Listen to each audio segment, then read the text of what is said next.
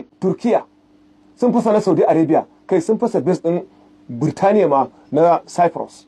So da haka yanzu America ba ta da inda ba ta jibge sojoji ta taimaki Isra'ila ko a yaƙi Iran. So da haka duk mutuwa community ta sa suka yi wannan azamar. Sannan kuma yanzu gashi nan ba dare ba rana ruwan missiles hypersonic masu gudun sauti sau 5 sau 6 sau 7 irin su suke ta harba Isra'ila a ɗaruruwa. Wanda ba a tunanin ma da suna da su kuma Isra'ila ta kasa karewa. Saboda me? Saboda wannan Iron Dome da kuma Sa'ad missile system da Patriot missile system da Arrow 3 da Arrow 4 duk sun gaba tare waɗannan kafin ma su tashi su tare su intercepting tuni sun shiga. To da yanzu Isra'ila an yi mata barnar da hankali ba zai dauka ba, ita ma America an mata barnar da hankali ba zai dauka ba, domin duk base ɗinta an kashe mata sojoji, an kashe mata dukkanin na'urorinta masu tsada. Akwai wata na'ura a Qatar tana kallon ma'ana kilomita 5,000 da dukkanin wani abu da ya shafi harkar leƙen asiri ta nawa Iran, tana aikawa Isra'ila sako ana maki makaman Iran. Yanzu Iran ta da gargaza ta kai 1.5 billion dala. Sannan dukkanin base ɗin America da suka lalata sun lalata musu abubuwa waɗanda wato cost ɗin asarar mai yawa ce. Sannan kuma Iran sun harbo musu jirage irin B-52, B-15, B-16, kai hata B bomba wannan mai muguwar tsadar da B-35 Iran duk ta harbe su. Kai Abraham Lincoln wannan jirgin mai ɗaukan manya-manyan kayan yaƙi da jirage da sojoji na Amurka, Iran ta harba musu missile guda 4 ta lalata shi. So da haka an yi wa Amurka barnar da hankali ba zai ɗauka. Tsakanin Amerika da Isra'il da suka haɗe da Iran, wa aka fi wa barna tsakanin waɗannan mutane? Barna an fi wa Isra'ila da Amurka fiye da Iran. Duk da an kashe shugaban Iran. Duk da an kashe shugabanta kuma dama shugaban ya faɗa ya tsufa shi bai ƙi shahada ba kuma ya shahada. Sannan kuma wannan shahadar wato azuma yanzu fa Iran sun sa tuta jini kenan, ba kakkautawa kayan yaƙi suke fitowa da su suna lugudan wuta akan Isra'ila. Yanzu fa dai Yahuda guduwa suke daga Isra'ila. Yadda suka Falasɗina suka kore su suka ringa hijira a ƙasar da aka haife su, iyayensu da kakannin suna guduwa, su ma yanzu gashi nan Allah ya ka Iran ta nemi suna guduwa. Kai Netanyahu ma baya kasar ya gudu shi ma. Ka ji wani irin shugabanci, ka jefa ƙasar ka a yaƙi kuma ka gudu.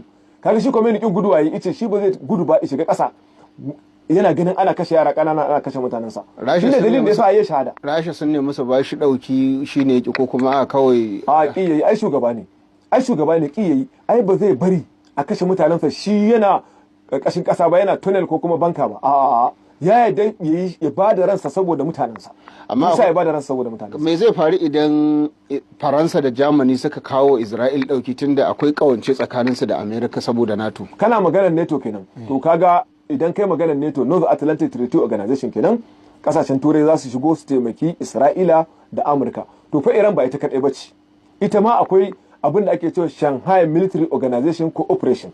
Sun yi yarjejeniyar tsaro a tsakaninsu a wani gari Shanghai a China da Rasha da Iran da Koriya ta Arewa da kuma China, cewa idan aka kai wa ɗaya hari aka kai masa hari su ma su shigo su taimake shi. So da haka idan waɗancan su ma suna da su ma turawa a article number 5 na NATO, duk ƙasar da ka taɓa a cikin NATO to dukkaninsu za su taru su yi maka hari. Ka san abin da sama aka kafa NATO?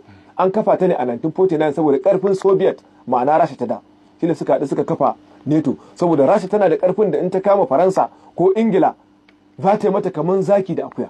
So da haka sai suka kafa ƙungiya, idan Rasha Soviet ta farmaki ɗaya za su taru su kai mata hari gaba ɗaya. To dalilin da kafa NATO kenan. To su ma yanzu da Rasha da Iran da Koriya ta Arewa da China sun kafa tasu kungiyar. Su ma idan aka farmaki ɗaya daga cikin su ma su taru su yi maka taron dangi. Saboda haka idan NATO ta shigo ta taimaki Isra'ila da Amurka, su ma waɗancan su China da su Koriya da Rasha za su shigo su taimaki Iran. Saboda haka abin zai juye zama yakin duniya na uku. Amma an ga kamar ba su kawo musu ɗauki ba lokacin da suke buƙatar ɗauki, ko da dai shan matar Iran aka yi shi wannan harin ko? Shi ne wasu suke ganin kamar sun musu walawala. To ai Rasha da China ko a yanzu sun yi Iran abin da suka yi musu. Ko? Da suka yi?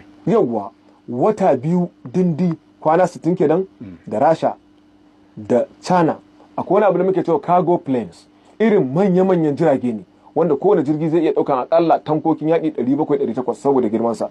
To irin wannan cargo planes ɗin na Rasha da China sun sauka a Tehran kusan kulle yawmin kwana 60, ba kuma wani abu suke kaiwa ba, makamai suke kaiwa Iran. sun ba wa Iran taimakon makamai ba na wasa ba. Akwai leƙen asirin wannan harin kenan. Ai gaba ɗaya dama sun san wannan ranar ba ta zo. Iran ɗin ta san wannan ranar ba ta zo saboda tana da makiya. Ita ma Rasha da China sun san za a yi wa Iran wannan abu. Saboda haka suka taimaki Iran, suka zo suka jibge mata makamai kwana 60 daga kago kullum suka dinga ajewa. Amma misali Didat, wannan ba zai nuna raunin tsaron da kuma leƙen asirin Iran ba idan har za a iya ka hari lokaci guda a cimma shugaban ƙasar ku? To ai Iran na gaya maka shugaban ƙasar su ne shi Khomeini, shi ya taurin kai. Ai kaga shugaba ne mai cikakken iko. Judiciary yana hannunsa, military yana hannunsa, foreign policy yana hannunsa, security yana hannunsa. Duk shi ne fa mai karfin faɗa a ji a Iran. Sun yi da shi ya shiga cikin tunnel saboda za a kawo hari. Ita shi bai yadda ya shiga tunnel ba, ga mutanensa kuma ana kashewa. Wani irin shugaba ne shi? Ta haka yake yadda. Ai wannan kashe shugaba ba wani abu ne. Amma haka ba zai ba 'yan kasar kamar rashin kwarin gwiwa cewa ga wani abu da bature yake kira symbol, wato wani kamar manuni a matsayin jagora kuma ya faɗi ba. To ai su wannan ƙara musu ƙarfin gwiwa yi, ma'ana sun daɗa ma yarda da shi lalle shugaba ne wanda zai bada ransa saboda mutanensa.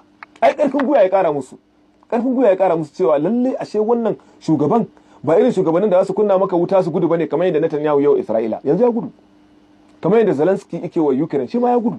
Duk ba sa kasar amma kuma sun ji a kasar bala'i ko yaki.